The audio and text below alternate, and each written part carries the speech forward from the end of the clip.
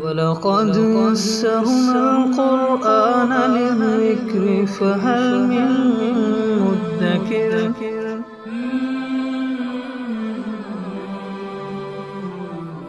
سورہ منافقون آیت نمبر 9۔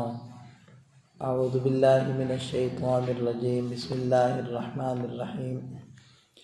یا ایہا الذین آمنوا لا تلہکم اموالکم ولا اولادکم عن ذکر اللہ ومن یفعل ذلک فاولئک هم الخاسرون۔ وَأَنفِقُوا مِمَّا رَزَقْنَاكُم مِّن قَبْلِ أَن يَأْتِيَ أَحَدَكُمُ الْمَوْتُ فَيَقُولَ رَبِّ لَوْلَا أَخَّرْتَنِي إِلَىٰ أَجَلٍ قَرِيبٍ فَأَصَّدَّقَ وَأَكُن مِّنَ الصَّالِحِينَ وَلَن يُؤَخِّرَ اللَّهُ نَفْسًا إِذَا جَاءَ أَجَلُهَا وَاللَّهُ خَبِيرٌ بِمَا تَعْمَلُونَ۔ سورت کے ابتدائی حصے میں منافقین اور ان کے کذب کا تذکرہ تھا۔ اب یہ نفاق پیدا کیوں ہوتا ہے اور اس کے ختم کرنے کی سبیل کیا ہے؟ نفاق اصل میں پیدا ہوتا ہے حب جاہ اور حب مال کی وجہ سے۔ حب الدنیا رأس کل خطیئہ، دنیا کی محبت ہر خطا کی جڑ ہے۔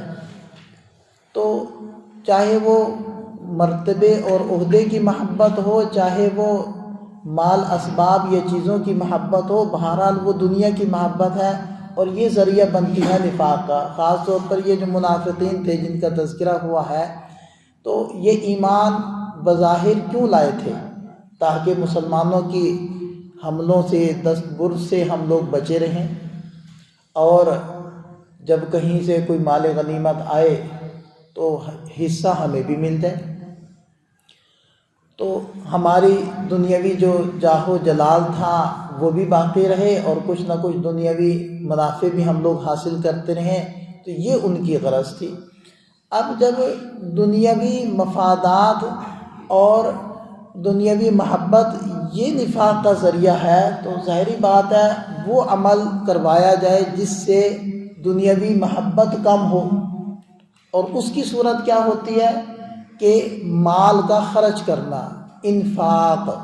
گویا کہ نفاق کا علاج کیا گیا انفاق سے، نفاق کا علاج کیا گیا خرچ کروانے سے۔ لہذا ارشاد فرمایا یا ایھا الذین آمنو، اے ایمان والو۔ اب ایمان والوں سے مراد پکے سچے مومنین بھی ہو سکتے ہیں کہ تم منافقین کی طرح مت بنو بلکہ تم خرچ کرو تاکہ تمہارے اندر نفاق نہ پیدا ہو۔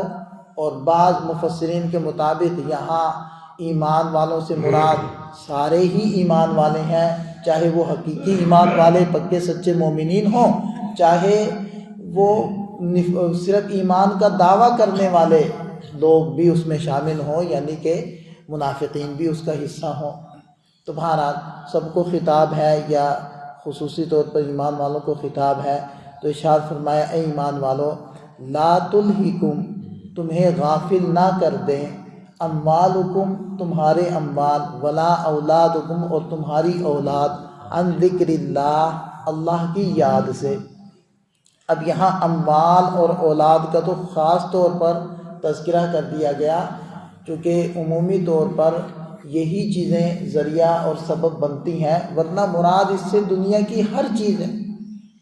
کوئی بھی چیز ہو جو اللہ سے غافل کرے، اس کی یاد سے غافل کرے، وہ مراد ہے۔ اور ذکر اللہ، اس سے ذکر سے مراد بھی خاص تسبیح سبحان اللہ وغیرہ مراد نہیں ہے، بلکہ اللہ کا ہر حکم ہے، چاہے وہ اللہ کا حکم نماز پڑھنا ہو، چاہے وہ اللہ کا حکم زکوٰۃ دینا ہو، حج کرنا ہو، جہاد کرنا ہو، یا اللہ کے راستے میں خرچ کرنا ہو، صدقہ کرنا ہو، کوئی بھی اللہ کا حکم ہو، یعنی یہ عموم پر مشتمل ہے۔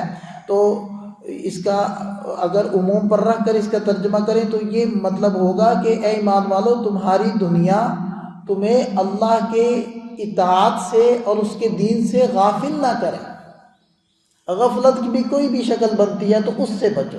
اب دیکھیں کہ مال کمانا، اولاد کی خبر گیری کرنا، یہ تو اللہ تعالیٰ کا حکم ہے اور یہ تو بعض موقعوں پر یا بعض درجے ایسے ہیں کہ وہاں تو یہ فرض کا درجہ ہے، وجوب کا درجہ ہے مال کمانا، تاکہ آپ کی ضروریات پوری ہوں، تاکہ آپ کسی کے سامنے ہاتھ نہ پھیلائیں، آپ کی عزت نفس محفوظ رہے، تو مال کا کمانا تو ضروری ہے۔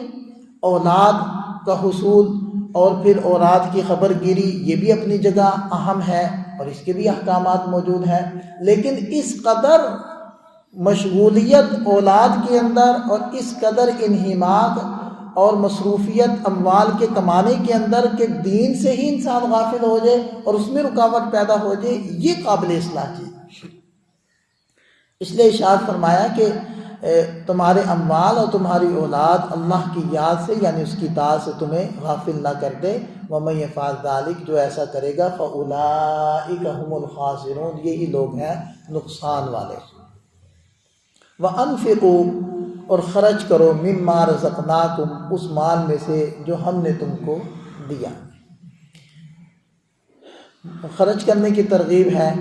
اور ایک صحابی نے جب پوچھا اے اللہ کے رسول افضل صدقہ کون سا ہے، نبی پاک صلی اللہ علیہ وسلم نے ارشاد فرمایا کہ آدمی اس حالت میں صدقہ کرے کہ وہ صحت مند ہو اور اس کو یہ خطرہ بھی ہو کہ ہو سکتا ہے کہ کل کو مجھے اس مال کی ضرورت پیش آ جائے، تو اس وقت میں صدقہ کرنا یہ افضل ہے۔ اور جب انسان کی روح اس کے حلق میں پہنچ جائے اور موت کے آثار اس کو نمودار ہو جائیں، اس کو نظر آنے لگیں، پھر وہ کہنے لگے کہ اتنا مال فلاں جگہ میں خرچ کر دو، اتنا مال فلاں جگہ میں خرچ کر دو، تو اب کہنے کا کیا فائدہ؟ اس لیے کہ اب تو جس کا وہ مال تھا وراثت میں اس کا ہو گیا، اب کیوں یہ صدقے کر رہے ہو، پہلے کرو۔ تو اس لیے ارشاد فرمایا کہ جو رزق ہم نے دیا، جو مال ہم نے تمہیں دیا ہے، اس میں سے خرچ کرو، من قبل ان یأتی، اس سے پہلے کہ آئے، احدکم، تم میں سے کسی ایک کے پاس، الموت، موت آ جائے، یعنی موت کے آثار نمودار ہو جائیں، فیقولا، پھر وہ کہنے لگے، ربی، اے میرے رب، لولا اخرتنی، آپ نے کیوں نہ مؤخر کر دیا میری اس موت کو، الی اجل قریب، قریب کی مدت تک، یعنی کہ تھوڑی سی مہلت مجھے کیوں نہ دے دی۔ حضرت ابن عباس رضی اللہ عنہما کی تفسیر کے مطابق کہ جب انسان کے فرائض باقی ہوں، کسی کے اوپر زکوٰۃ فرض باقی ہو، حج فرض باقی ہو، تو جب موت کا وقت اس کے اوپر آئے گا تو وہ یہ خواہش کرے گا کہ میری موت کو تھوڑا سا مؤخر کر دیے جائے، مجھے تھوڑی سی مہلت دے دی جائے تاکہ میں وہ فرائض ادا کر لوں، تو فَأَصَّدَّقَ، میں صدقہ کر لوں، وَأَكُن مِّنَ الصَّالِحِينَ، اور میں نیکوکاروں میں سے ہو جاؤں، یعنی کہ جو میرے فرائض رہ گئے ہیں، جو میری ذمہ داریاں رہتی ہیں وہ میں ادا کر لوں اور نیک لوگوں میں شامل ہو جاؤں۔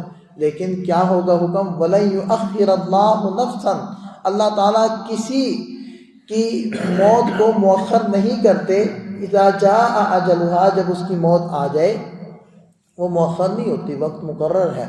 واللہ خبیر بما تعملون، جو کچھ تم کرتے ہو اللہ تعالیٰ اس سے پوری طرح باخبر ہے۔ اللہ تعالیٰ ہمیں سمجھ عطا فرمائے۔